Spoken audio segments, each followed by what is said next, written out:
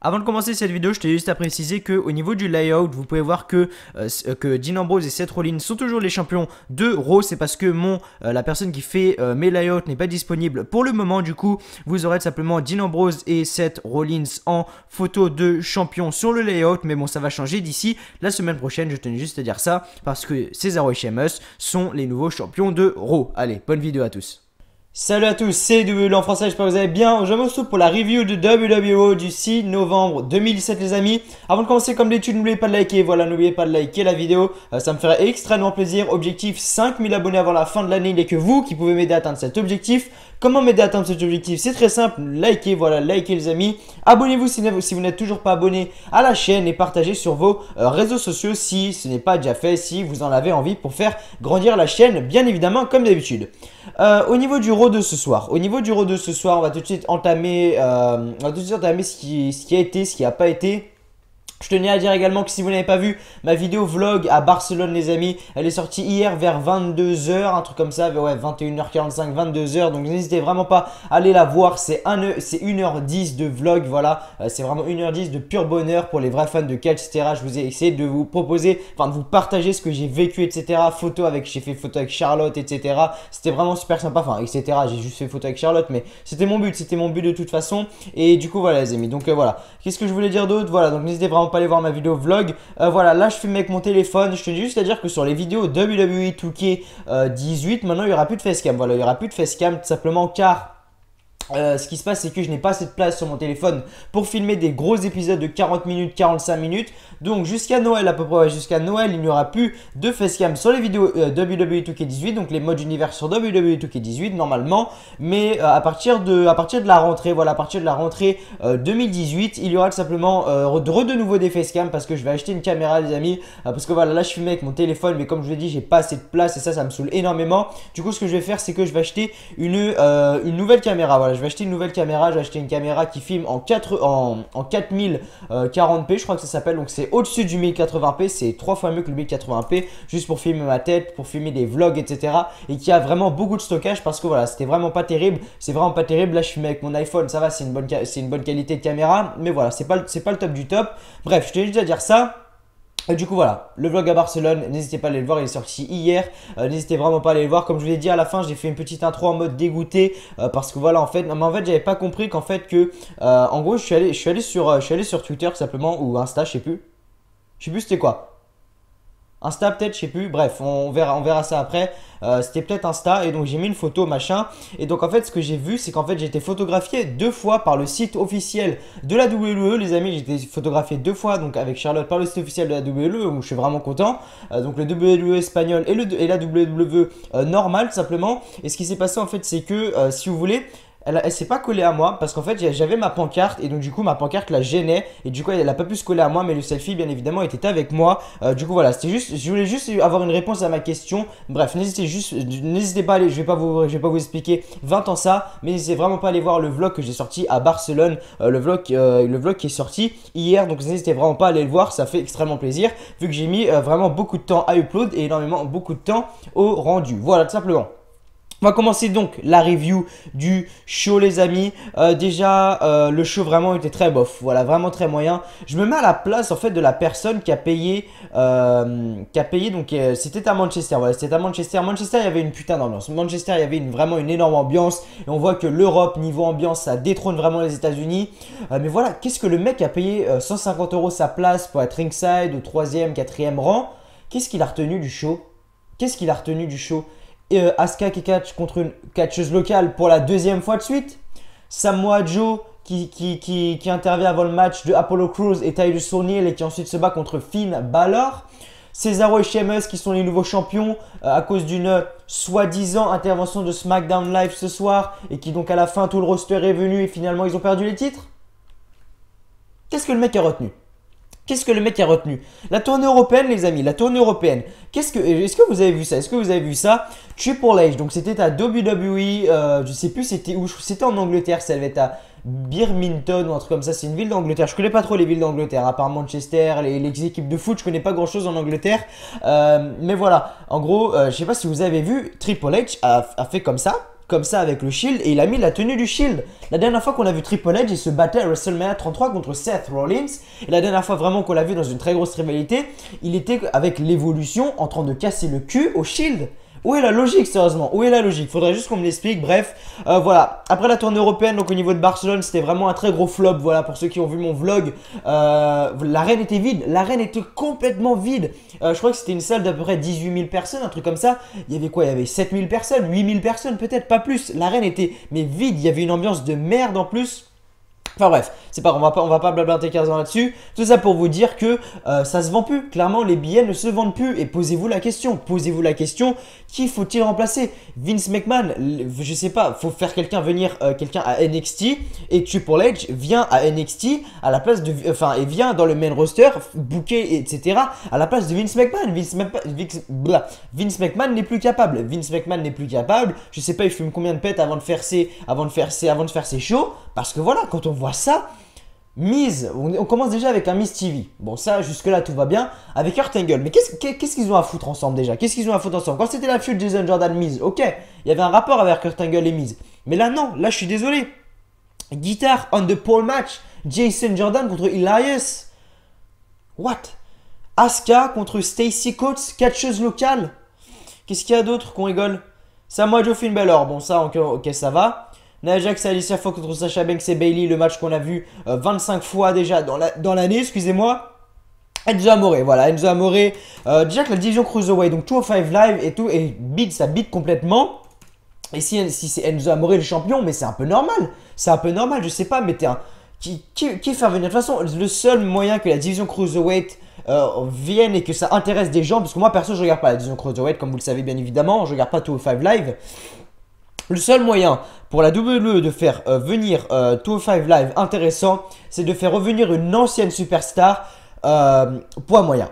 Rey Mysterio par exemple. Si demain Rey Mysterio revient, ça arrivera jamais, mais si demain Rey Mysterio revient à 205, enfin si Rey Mysterio vient à 205 Live, 205 Live se fera vraiment connaître, enfin connaître entre guillemets, mais ça pètera au niveau des vues, je pense les amis.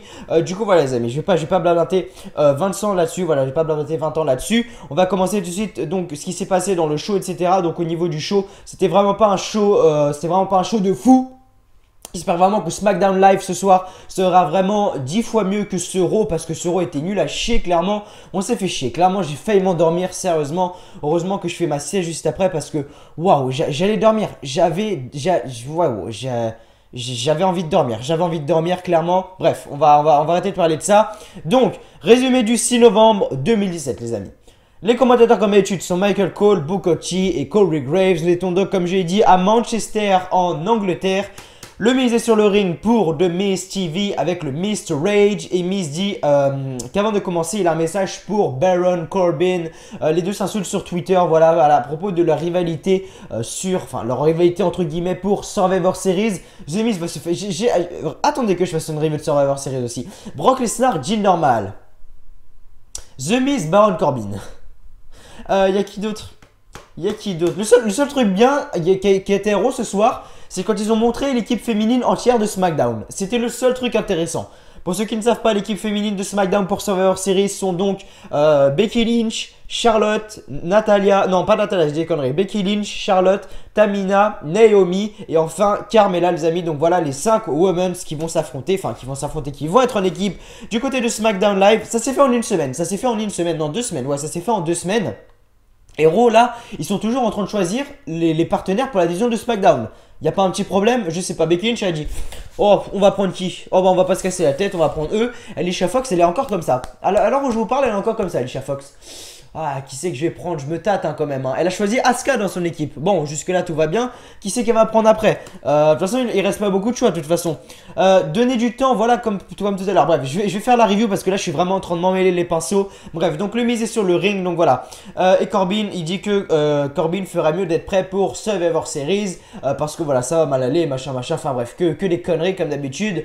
Le Miz enchaîne au sujet de ce soir. Il nous présente son invité, Kurt Angle. Donc Kurt Angle arrive, les amis. ça se voit que Kurt Angle il aime pas trop l'Europe. Voilà, le mec il est là en mode je m'en bats les couilles, ça se voit. Quand on voit aux États-Unis, il est comme ça, limite il s'arrache les bras, tu sais. Là il est comme ça, tout mou. Apparemment, quand il est venu à la Paris Games Week, c'est ce que j'ai vu et c'est ce qu'on m'a raconté également. Le mec, ça devait être une séance de dédicace et le mec apparemment il est resté 5 minutes comme ça sur sa chaise en mode je m'en fous, alors que Philippe Chiro et Christophe Ajus étaient à côté de lui en essayant de faire le show et le mec est resté là mais comme ça. Il est resté là et regardez pendant 5 minutes, il est resté, après il s'est barré. Et ça devait être une séance de dédicace. Ah les pauvres, ceux qu'on fait le voyage pour Kurt Angle les amis, aïe aïe aïe ça pique quand même. Bref, donc le Miz nous présente une vidéo de SmackDown Live qui a attaqué le roster de Raw, donc c'était il y a 3 semaines ou 2 semaines, je sais plus. Donc il présente ensuite une vidéo de Daniel Bryan qui a été attaqué la semaine dernière par Kane en coulisses. Du coup voilà, en gros le Miz dit que SmackDown Live doit être très furieux. Il ne serait pas surpris si SmackDown Live revient encore pour attaquer Raw. Kurt Angle dit qu'il n'a rien à voir dans l'attaque. Le Miz dit que le plan de Kurt Angle est d'éliminer Daniel Bryan. Voilà, en gros le Miz nous a montré tout simplement une vidéo donc de Stephanie McMahon qui disait à Kurt Angle que si Raw perdait à Survivor Series, Kurt Angle allait être viré les amis et du coup voilà que Kurt Angle allait être viré et en fait ce qu'il pense le Miz c'est que ce que pense le Miz c'est que Kurt Angle a demandé à Kane d'attaquer Daniel Bryan pour affaiblir la division de SmackDown Live, ce que je pense simplement vraiment pas, ce que je ne pense vraiment pas, voilà tout simplement. Ensuite Kurt Angle dit que tout simplement Braun Strowman sera tout de même dans l'équipe de Raw mais il devrait lui promettre une chose. Miz demande quoi? Kurt Angle dit que c'est un combat contre le Miz ce soir à WWE Raw. De retour à la pause, Elias c'est sur le ring, sans sa guitare, voilà sa guitare est accrochée, donc ce sera un guitare on the pole match, donc le but est tout simplement de décrocher la guitare et ensuite frapper son adversaire avec. Donc Elias commence à chanter sans sa guitare mais avec le micro et Elias dit que les derniers événements ne vont pas l'arrêter de nous faire une chanson même si sa guitare est sur le poteau. Et Elias dit que Manchester est une ville de perdants. Elias allait continuer à chanter, mais la musique de Jason Jordan le coupe. Feud complètement tiré par les cheveux. Voilà, rivalité également complètement tirée par les cheveux. C'est juste du grand n'importe quoi. Mais bon, voilà. Donc, à la fin du combat, donc Jason Jordan enchaîne des slams sur Elias et prend la guitare pour le frapper. Et pour frapper Elias, donc dans le dos. Et donc, gagner le combat. Donc, le gagnant est tout simplement Jason Jordan. De retour en coulisses, donc Cesaro et Sheamus parlent avec Kurt Angle. Cesaro dit qu'il va dans l'équipe de Survivor Series, donc dans l'équipe de Raw de Survivor Series, et Kurt Angle dit qu'il laisse les catcheuses s'affronter. Non, il dit que non. Cesaro dit que Angle laisse les catcheuses s'affronter pour une place, mais eux non. Sheamus dit que Dean Ambrose et Seth Rollins étaient en dernier pour défendre Raw à Survivor Series. Il confirme qu'ils vont gagner et Angle dit qu'il faut tout simplement le dire s'ils veulent une chance ou non de les manipuler. Et Sheamus dit que Kurt Angle le sait, que Ambrose et Seth Rollins ne peuvent pas le faire et Kurt Angle dit qu'ils auront une dernière chance ce soir pour les titres de Raw. Ce qui est bizarre, c'est que la WWE n'ont vraiment pas l'habitude de faire genre des matchs heel contre heel ou heel contre face. Et là, pour Survivor Series, on a déjà 3 matchs heel contre heel. Voilà, on a Dean Ambrose, non n'importe quoi. On a Brock Lesnar et Jinder Mahal dans un match comme ça. Voilà tout simplement. Donc heel contre heel. Uso contre du coup Cesaro et Sheamus parce qu'ils vont gagner le titre. Juste après je vais vous dire comment ça s'est passé etc. Une honte d'ailleurs, bref on s'en fout. Et donc du coup voilà, heel contre heel. Et ensuite on aura tout simplement The Miz contre Baron Corbin, heel contre heel également. La WWE n'avait pas l'habitude de faire ça, mais là ils le font. Donc je sais pas ce qui se passe les amis, je sais vraiment pas ce qui se passe. Bref, on va continuer donc dans la suite du show. Asuka contre Stacey Coates, une catcheuse locale. Pourquoi faire catcher une catcheuse locale? Il y a des gens derrière qui attendent. Je pense bien évidemment à Dana Brooke. Je pense à Mickie James, Mickie James a reçu un tout petit push la dernière fois, il y a 2-3 semaines, mais bon là on la voit plus sur les écrans, donc à mon avis Mickie James est complètement fini, mais il y a Dana Brooke qui attend derrière les écrans de venir, elle est jamais là. Voilà, après on critiquait Charlotte quand elle était heel, machin, tout le monde critiquait Charlotte, ouais Dana, sépare-toi d'elle, machin. Quand Dana Brooke était avec Charlotte, elle apparaissait quasiment toutes les semaines. Là, depuis que Charlotte a été draftée à SmackDown et donc que Dana Brooke s'est retrouvée toute seule, je crois que ça fait depuis WrestleMania, donc ça fait avril. On l'a peut-être vu vraiment 5 fois. Voilà, donc avril, donc alors, attendez, avril, mai. Donc mai, juin, juillet, août, septembre, octobre, novembre. Ça fait 7 mois que WrestleMania est passé. Donc 7 mois que Charlotte est à SmackDown Live déjà. Et 7 mois que Dana Brooke, on l'a vu à peine 5 fois. 5 fois à la télé les amis. 5 fois dans un show de Raw. C'est honteux. C'est honteux. Donc voilà. Ils ont préféré faire faire ça contre une catcheuse locale. Emma également a été virée. Donc Emma n'est pas là. Donc voilà encore une fois. Bref, donc à la fin du combat, donc Asuka fait son Asuka Lock à Stacy pour la faire taper dans cette victoire rapide. Voilà, elle fait en gros, c'est une victoire rapide. Elle lui fait son Asuka Lock. Du coup, elle abandonne. Voilà, c'est ça. Qu'est-ce qu'ils ont retenu, les mecs qui étaient à Manchester, sérieusement? Qu'est-ce qu'ils ont retenu du show? Il n'y avait rien d'intéressant. Il n'y avait rien d'intéressant. Tout était nul à chier et tout sans logique, les amis. Donc ensuite, en coulisses, on retrouve l'équipe, la capitaine de l'équipe de Raw, donc Alicia Fox, et elle nous annonce que Asuka sera dans l'équipe de Raw pour Survivor Series. Waouh, la hype de ouf. De retour, Titus O'Neil et Apollo Crews arrivent sur le ring pour affronter Samoa Joe. Donc ils commencent à célébrer donc Titus O'Neil, Titus Worldwide. Mais Samoa Joe arrive, voilà, Samoa Joe arrive, il commence par derrière, voilà, Titus O'Neil et Apollo Crews n'avaient toujours pas fini de faire leur entrée. Samoa Joe les a tout simplement attaqués par derrière et Samoa Joe qui ce n'est pas important si on est gros comme Titus O'Neil ou athlétique comme Apollo Crews, il va nous mettre au sol si quelqu'un veut le confronter, il peut venir maintenant et Finn Balor arrive les amis. Voilà, c'était vraiment le seul truc intéressant, voilà, c'était vraiment le seul match intéressant, même si la fin était tirée par les cheveux comme j'ai l'habitude de dire. Donc Samoa Joe contre Finn Balor, donc à la fin du combat, donc Samoa Joe évite le coup de grâce et fait son STO à Finn Balor pour le compte de 2, mais donc Finn Balor se dégage les amis. Et Joe enchaîne pour le coquina clutch, mais Finn Balor le repousse. Je crois que depuis que Samoa Joe fait le coquina clutch, je crois que Finn Balor, ça a été le seul à se dégager de ça. Même Roman Reigns, qui est censé être Superman, Batman, si tu veux, il a même pas réussi à le dégager. Donc Finn Balor, ça sent bon pour lui. Ça sent bon pour lui, je sens que ça sent bon pour lui. Et donc ensuite, Finn Balor se lance en sous-suicide sur Samoa Joe. Et Samoa Joe le repousse en backdrop sur le stage. Et l'arbitre compte donc jusqu'à 10. Et ensuite, ça part en couille. Et ce qui se passe, c'est qu'à la fin, les arbitres commencent à arriver, tout ça. Et en fait, Finn Balor, il arrive, il fait un espèce de phénoménal forearm à Samoa Joe. Donc je pense que la feud entre les deux va tout simplement continuer. Donc on va voir ce que ça donne dans les prochaines semaines entre Finn Balor et Samoa Joe. Donc les gagnants, ni l'un ni l'autre. Donc voilà, double compte à l'extérieur. Après l'affrontement, donc se poursuit, mes arbitres repoussent les deux. Voilà, comme je l'ai dit, machin. Bref. On se retrouve donc avec, simplement avec Kurt Angle qui laisse un message sur la boîte vocale de Daniel Bryan en le demandant de l'appeler. Jason Jordan arrive, donc le fils de Kurt Angle dans la storyline bien évidemment.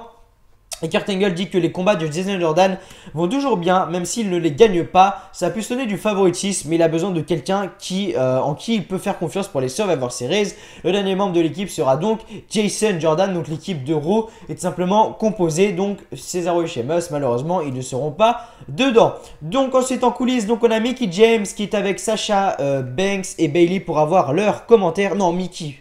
What the fuck? En coulisses, Mickie est avec Sasha Banks et Bayley pour avoir leurs commentaires. Mickie, qui a écrit cet Anto? Qui a écrit Anto, encore une fois. Anto, merci Anto. C'était pas Mickie, c'était pas Mickie, c'était qui du coup? Comment elle s'appelle là? C'est pas Renee Young, c'est l'autre là. Charlie Caruso, voilà. Il a voulu dire Charlie Caruso, mais il a dit Mickie. Aïe aïe aïe, Anto. Ah, qu'est-ce qu'on va faire de toi, mon gars, sur 4 News? Bref. Donc, Sasha Banks et Bayley pour avoir leurs commentaires. Donc, Bayley dit que Alicia Fox est différente, mais n'est pas suffisamment différente pour ne pas les choisir à Survivor Series. Elle prend ça au sérieux. Les seuls câlins pour Survivor Series seront ceux de consolation pour les perdantes. Sasha Banks dit qu'il faut une 4 fois championne et Fox fera mieux de les nommer dans l'équipe. Donc ensuite, Nia Jax arrive sur le ring. Nia Jax arrive sur le ring. Ensuite, Bayley arrive sur le ring. Ensuite, Sasha Banks arrive sur le ring. Et Alicia Fox arrive ensuite sur le ring en dernière. Et donc, ça nous donne lieu à un match entre Nia Jax et Alicia Fox contre Sasha Banks et Bayley. Donc, les gagnants simplement sont Bayley et Sasha Banks. J'ai rien à vous dire sur le match parce que c'était vraiment pas intéressant. Donc, comment c'est fini la fin de match? Donc, en gros, Sasha Banks et Bayley ont repoussé Nia Jax à l'extérieur du ring. Et ensuite, Fox, elle a voulu faire un espèce de roll-up. Voilà, sauf que Sasha Banks l'a repoussé. Du coup, Alicia Fox, elle est retombée sur la tête. Et ensuite, Sasha Banks, elle a enchaîné avec son Bane Statement. Et ensuite, Alicia Fox a tout simplement abandonné.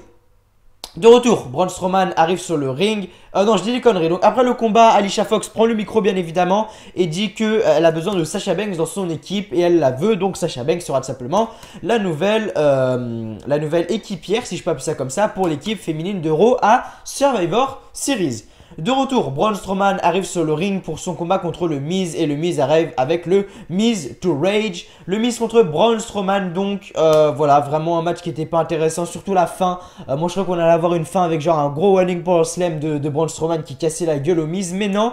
Un moment, donc le combat commence et The Miz descend directement du ring et le Miz retourne finalement sur le ring mais Braun Strowman le repousse pour ensuite le lancer contre le poteau et Braun Strowman sonne le Miz avec un running power slam et quitte le ring pour frapper Bo Dallas. Il lui a mis un petit coup de poing à Bo Dallas. Bo Dallas, on a entendu, ça a sonné jusqu'au Japon. Donc Bo Dallas, donc ensuite il repousse ensuite Kurt Saxel contre la barricade. Alors Kurt Saxel avait un énorme truc pour les torticolis là. Et ensuite Braun Strowman a lancé le Miz sur ses partenaires. Mais voilà que Kane arrive, voilà, donc ce qui est un peu tout gâché. Et ensuite les deux se regardent et Kane frappe le premier. Donc Braun Strowman gagne le match par disqualification. De toute façon ça allait être un viol total pour le Miz. Donc heureusement que Kane est arrivé pour sonner le Miz. Enfin pour sauver le Miz, excusez-moi. Et après le combat, donc Braun Strowman bloque le Chosen de Kane. Donc Kane commence à étrangler Braun Strowman, sauf que Braun Strowman prend sa main et enlève la main de Kane. Et ensuite il lui fait son running power slam. Et Kane se relève directement en mode dead man, comme vous le savez. Et met Braun Strowman le sort du ring avec un coup de la corde à linge. Mais Kane reste debout. Et le Miz to Rage va en profiter et frapper Braun Strowman dans le dos. Mais Braun Strowman prend le contrôle et termine avec un running power slam sur le Miz. Ensuite en coulisses, Renee Young est avec Dean Ambrose et Seth freaking Rollins. Et Dean Ambrose dit que il faut s'attendre à tout quand ils sont champions. Ils défendent les titres chaque soir comme ils ont dit. Et ce soir ils vont s'occuper de Cesaro et de Sheamus. Rollins dit qu'ils vont prouver aux Usos qui est la meilleure équipe au monde pour Survivor Series. Personne ne veut voir gagner Cesaro et Sheamus et ils ne vont pas gagner. De retour, Enzo Amore arrive sur le ring et fait sa présentation, blablabla. Pete Dunne arrive, arrive tout simplement. Donc qui est Pete Dunne? C'est tout simplement un catcheur, comment je pourrais expliquer ça, c'est le champion de la WWE anglaise, voilà, je crois que c'est ça, Bref, il est arrivé sur Enzo Amore, il a commencé à lui casser la gueule, ce qui nous a donc donné un match entre Pete Dunne contre Enzo Amore, et donc à la fin du combat, donc Pete Dunne fait sa prise de finition, assez dégueulasse d'ailleurs, j'aime pas du tout, et Enzo Amore qui était distrait par Kalisto pour le compte de 3, donc tout simplement, Pete Dunne gagne ce match. Ensuite donc le gagnant du match est tout simplement Pete Dunne qui ensuite retourne en coulisses. Donc je pense qu'on le verra pas ou peut-être qu'on le verra plus tard et peut-être qu'il restera dans la division Cruiserweight, qui sait. Donc de retour on annonce que Brock Lesnar sera à Raw lundi prochain. Super, pour que Paul Heyman nous fasse une promo de 3 minutes pour rien dire. En coulisses, Shirley Caruso demande à Alexa Bliss ses commentaires sur Natalya et Bliss dit qu'elle ne prend jamais la fuite, au contraire de ce que Natalya dit lorsqu'elle était à SmackDown. Natalya n'a jamais été championne comme elle l'était. Elle va tourner de cercle autour de Natalya, elle est la seule déesse de la WWE. Cesaro et Sheamus arrivent sur le ring. Magnifique d'ailleurs, ils arrivent comme ça et vous savez quand ils se déshabillent comme ça, en fait ils avaient le short et le t-shirt de Liverpool et donc là la foule de Manchester a commencé vraiment à bouder de les deux, c'était vraiment assez stylé. Du coup voilà, ce qui nous a donc donné lieu à un match entre Cesaro et Sheamus contre Dean Ambrose et Seth Rollins pour le championnat par équipe de Raw, les amis. À la fin du combat, donc, la musique de New Day commence. Voilà, la musique de New Day commence. Enfin, la musique de New Day, donc on entend oh, Manchester. Voilà, tout simplement. Donc, c'est Xavier Woods qui fait ça à chaque fois. Et ensuite, voilà que le trio arrive. Le trio arrive donc des gradins, les amis. Et il commence à parler du sujet. Donc, le match est encore en train de se dérouler. Alors, le match est encore. Enfin, en gros, ils sont comme ça. Donc, il y a Cesaro et Sheamus qui regardent en haut comme ça. Et il y a également Dean Ambrose et Seth Rollins qui regardent le New Day comme ça. Donc, le New Day commence à parler, etc. Et pendant ce temps, Kurt Angle prépare ses catcheurs en coulisses. Donc, il commence à venir parce qu'il croyait qu'il y aurait une invasion de SmackDown Live. Mais en fait, pas du tout. Et Kurt Angle commence à ramener tout le roster de Raw. Et commence à aller autour du ring, machin. Et ensuite le New Day commence à partir. Et là, Rollins a été comme ça tout simplement. Et Sheamus arrive, lui fait un énorme Brock kick par derrière. 1, 2 et 3. La victoire de Cesaro et Sheamus qui sont donc les nouveaux champions tag team de Raw. Je sais pas pourquoi ils ont fait ça. C'est encore tiré par les cheveux, ça, bien évidemment. Et je sais pas ce qui va se passer. Dans ces prochaines semaines. Donc le show se termine avec Kurt Angle qui reste sous le choc. Et une célébration des nouveaux champions par équipe. Donc Cesaro et Sheamus. J'ai hâte de voir peut-être que le New Day Là ce soir on va s'expliquer du côté de SmackDown Live les amis. J'espère vraiment que cette vidéo comme d'habitude vous aura plu. En tout cas moi comme d'habitude ça m'a fait très plaisir d'être avec vous. Et donc je vous dis à la prochaine pour de nouvelles vidéos sur la chaîne. Voilà donc comme d'habitude avant de finir n'oubliez pas de liker. Voilà n'oubliez pas de liker les amis. Voilà le show était vraiment pas bon. Voilà le show était vraiment pas bon. J'ai pas du tout aimé. Donc c'était la review de WWE Raw du 6 novembre 2017 les amis. Donc moi je vous retrouve tout simplement demain pour une review de SmackDown Live. Du coup voilà avant de finir n'oubliez pas de liker. Voilà ça fait augmenter la chaîne. Ça fait grandir le catch en France. N'oubliez pas de vous abonner si ce n'est pas déjà fait. Si vous venez juste de tomber sur la chaîne. N'oubliez pas de commenter pour donner votre avis au niveau du show, au niveau de ce que vous avez pensé de la qualité de la vidéo et de partager sur vos réseaux sociaux, etc. Ça fait toujours plaisir et c'est gratuit les amis. Donc voilà, c'était du en français. Moi je vous retrouve donc demain pour une review tout simplement de SmackDown Live. Allez, salut à tous.